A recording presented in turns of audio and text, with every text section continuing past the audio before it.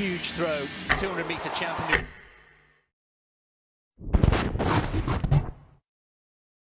I'm sure we're already well aware of the result, but I want to bring to your attention the London Diamond League 100-metre prediction thread on Reddit. The general consensus of who was winning this race can be split into three camps: Seville, Simbine, and Lyles. But I want to highlight one thing. Besides this guy who guessed Seville 987, which was a dang near spot on guess, out of the 35 comments, no one predicted the top three correctly. Except me. Yes, thank you, I know, I'm simply a humble genius. Okay, now let's run the race. Seville explodes out the blocks, completely opposite to what we saw at the Jamaican trials. And by the finish, he turns what was originally a small gap into a void. Brilliant race! He even has time to salute. 985! Wow! I know I brought it up only seconds ago, but this was supposed to be a three-man race, and he absolutely demolished. 986, headwind, wet track, typical England. Come on, England! The time paired with the conditions already screams impressive, but what really sold it for me is this gap he made by 70 meters didn't close, and he was being chased down by Lyles and Hughes, two of the finest top speed merchants in today's era. And from this singular race, there's a few conclusions we can draw. Seville, with this race alone, has built a solid case as a gold medal threat this year. And while that's not my own personal vision, I can see it. He's clearly in inhuman form, with a few asterisks involved. He went 983 and 984 at the Jamaican trials a few weeks back, walking out the blocks, nursing an injured hamstring. We've been over this. But he came back today, rebounding from that minor injury, to instantly cripple a top field in shit conditions in one of his fastest times ever. He's feeling himself. The main focus is the World Championship. So when I win at the World Championship, everyone can see what they want to see. Yeah. Other people are feeling him, bit weird. But as I alluded to, I'm not quite as sold. We saw just how far away he's still from 𝘼𝙡𝙢 at the Jamaican trials only a month ago. And in fact, even though Oblique has a slew of fast times from the past 2 years, in these same 2 years, he's never beat a healthy 𝘼𝙡𝙢. And arguably, he hasn't even really been that close. Out of the 4 matchups since the beginning of 2024, his closest was the Jamaican trials last year, where they were separated by 0.05 seconds. Which I will admit, some of you will say it's close, but not so close when every other matchup looks like this. And then there's the huge looming factor. At championships, Seville has proven he's not good at running rounds. To be fair though, he was young, he still is, so maybe this can be his year. But for now, in my eyes, Seville still continues to be that ball of potential that hasn't quite proven himself in the big moment. Now let's bring it back to how this was a 3-man race. What about the other two? Well, Noah Lyles grit his teeth and told the camera he was happy with his opener. Got second out of a great field. First race of the season in the 100. My fastest season opener in the 100. I don't think I'm ever going to be mad at that. And he's probably not lying. But as any sprinter will tell you, losing by that much definitely hurt. But with his history, it is genuinely a good opener. I wouldn't be saying that for anyone else this late, but Noah is a special case. In 2023, we saw it for ourselves. He ran 10 flat at the final of the US trials for 3rd place, which was a month out from the World Champs, and he still won the title convincingly. So with just shy of 2 months to work with, he's okay, but I'm not saying gold by any means. And Simbine, come on, he's an early season merchant, this year anyway. Everyone was hyping up his early wins to be big, but I was never completely impressed. The fact being, he hadn't run under 9.9 legally all season. In fact, his best times came with a legal wind or at 1700 meters altitude. So you did have to be a little bit delusional to think he could win against the Seville, or even Hughes who went 991 at Prefontaine. Of course, this is all easy to say in hindsight, but referring back to my prediction, I saw it coming. It's funny to think that in an era where technically Thompson, Harrar, Jackson and Thomas are all still running, the numbers 2, 3 and 4 of all time in the 200 meter, it's someone completely different shaping up to be the favourite this year. Julian Alfred putting 2 Olympic Paris finalists to rest with one of the strongest final 40 meters I've ever seen in a 200. Transition, but she hasn't got it in the home straight. Julian Alfred streaking away with a women's 21.71. Alfred held a wickedly strong form the entire way, visibly bouncing with each step, increasing a gap on the field like 𝘼𝙢𝙢𝙢 when he races people his age. Except obviously, Alfred's doing it against Olympic finalists. Is that a disrespectful comparison? Regardless, 21.72 seconds, headwind, wet track, making her now the 9th fastest all time. And somehow with times of 1077, 1079 and 2172 this past month, it's a pretty severe misrepresentation of the actual form she's in right now. Every single one of these times will run either into a massive headwind or a soggy track and a headwind. Just give her one hot day with a nice tailwind and we're getting an all-timer undisputed. So we all know Alfred's stronger race is her 100 meter, Olympic gold medal and all, but with Melissa Jefferson Wooden in similar form, it really feels like Alfred has a better shot at walking away with a 200 meter gold this year. And I mentioned them earlier, but let's look at the contenders who can run 21.7.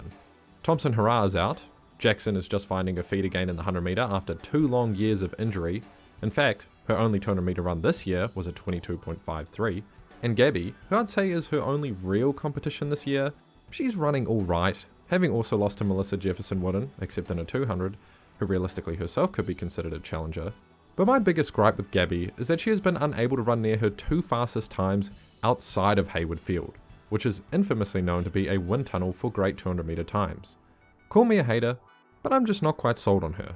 Although truthfully, we could get a replay of the Olympics, where Alfred having to run so many rounds means her 200 meter suffers and Gabby capitalizes again. It's no secret, the men's middle distance has been going on a generational tear this year, and at the forefront it hasn't been the usual suspects. It's been 18-year-old Kenya's Koech. Funnily enough, Kenya hasn't been in the most positive light this week with Ruth Chepngetich's ban, where she was caught with a doping suppressant in her system days after her marathon world record. But that's not Koech's fault, and his achievements being swept under the rug feels a little bit dirty.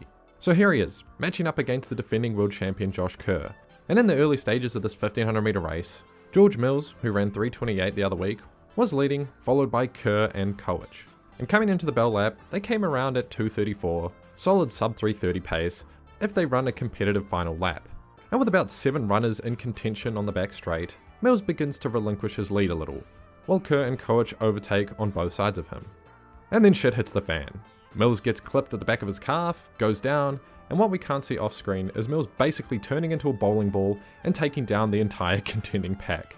Unfortunately, this did kinda sour the race for me. And in a 2-man sprint finish, Koech blows apart Kerr into a 3:28. On the clock, 3:28.82. But ignoring how this race unfolded, Koech has now run 3 sub 3:30s in a row and in the span of 1 month. I wouldn't go as far to say he's the favourite this year, since at the end of the day, it's about being in the best form on championship day. But he is a serious contender. And my reasoning is this: only the top 1500 meter guys each year will run 3 sub 3:30s, let alone do it in 30 days. Just take a look at the Olympic podium from last year. In the entirety of 2024, Hocker ran 2 at the Olympics and post-Olympics.